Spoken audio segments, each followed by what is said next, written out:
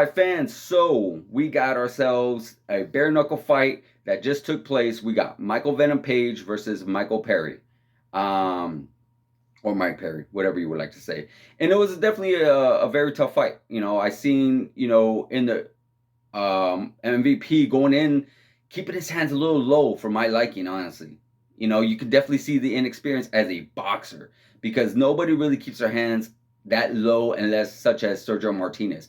But he still did very good. He did get knocked down in that first round.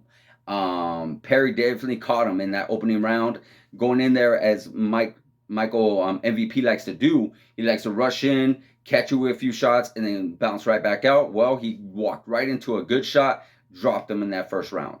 The rest of the fight, oh my God. Oh my God. Perry's face was just getting battered and battered.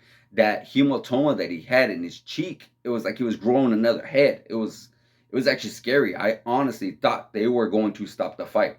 I really did. I really, really did. But Perry's no punk. He is definitely tough. Definitely one hell of a tough fighter. Very tough fighter.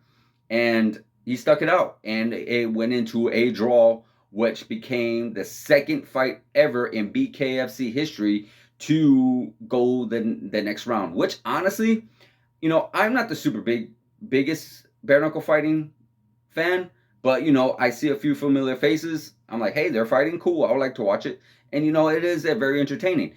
But they definitely have the right idea. Imagine if we had that in the UFC. Hey, we got ourselves a draw. We gotta have a winner. Forget this whole draw stuff. Forget it. Like, you know what? Why not? You know what? Go to your corner. Go to your corner. Judges say we got a draw. Boom. Go out there for one more. And then you see both of them. You saw MVP and you saw Perry go after. Like, hey, we now know we need to win this fight, win this round. I can't walk around and cruise. I can't walk around and say, yeah, I got this in the bag. Like, no, we were just told it's a draw. You have to win this round. You have to win this round.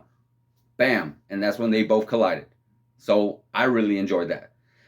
And Mike Perry came out the winner. He definitely came out the winner. And I'm not mad at that decision. I believe it could have gone either way. I believe that Perry was landing the more harder shots. MVP was landing some of the little more crisp here and there, but I felt like he just kept his hands too low and he was just getting hit way too much than I actually liked and saw, and I was just, yeah, I think his style was definitely for MMA for sure. With that hands down, you can't really do that in boxing. Not really. Maybe later on in the round as you're getting comfortable. I've seen some people do that, but he definitely had that Muay Thai style where he looked like, I really felt like he wanted to sidekick Mike Perry, to push him away or something like that. And just you can't, like I said, you just can't do that in boxing. You can't go in there and because boxing that's basically what bare knuckle is. It's literally that close. So is he going to come back? I don't know. We know that MVP's signed with Bellator, and I'm sure Bellator wants him back and wants him to get into the cage, and he wants to mix things up in his own world.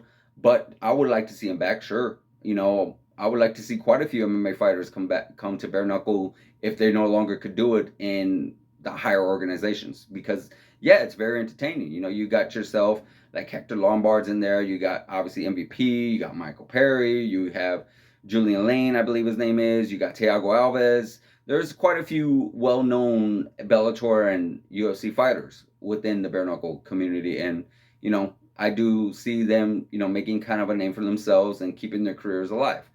So, but yeah, now as far as Mike Perry goes, he definitely caught out Jake Paul. Not hating it, not necessarily. I don't see it happening, because of the fact that we got Nate Diaz having this much anticipated fight with Hamzat, and right after that, there is no doubt. I would be definitely surprised if Jake Paul and Nate Diaz don't fight somewhere in the ending of this year or the beginning of next year, because we know this is what Nate has really, really wanted. He wants to get out of the UFC. A big part of it has been we feel like he's been wanting to fight Jake Paul.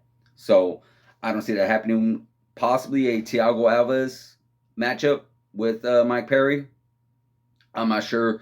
Again, like I'm not super familiar with the bare knuckle. But yeah, you still got a few UFC names in there that you could mix things up with. Um, But yeah, I was very, very excited to see that. And they talked about possible rematch. I would not hate it. I would not hate it. I will not mind it either. Definitely would like to see them two mix it up again as well, because I believe they are tailor made for each other, and it would be a very exciting fight. You know, you got MVP, who's always entertaining, and you got Mike Perry, who's a dog, who's always down for a fight. So definitely a good fight for these guys. Let me know what you guys think in the comments. Let me know if you want to see a rematch. Let me know who you want to see Perry go against. Let me know if you want to see MVP stay in bare knuckle or go in Bellator. Like, subscribe, hit the notification button, and I'll see you guys in the next video.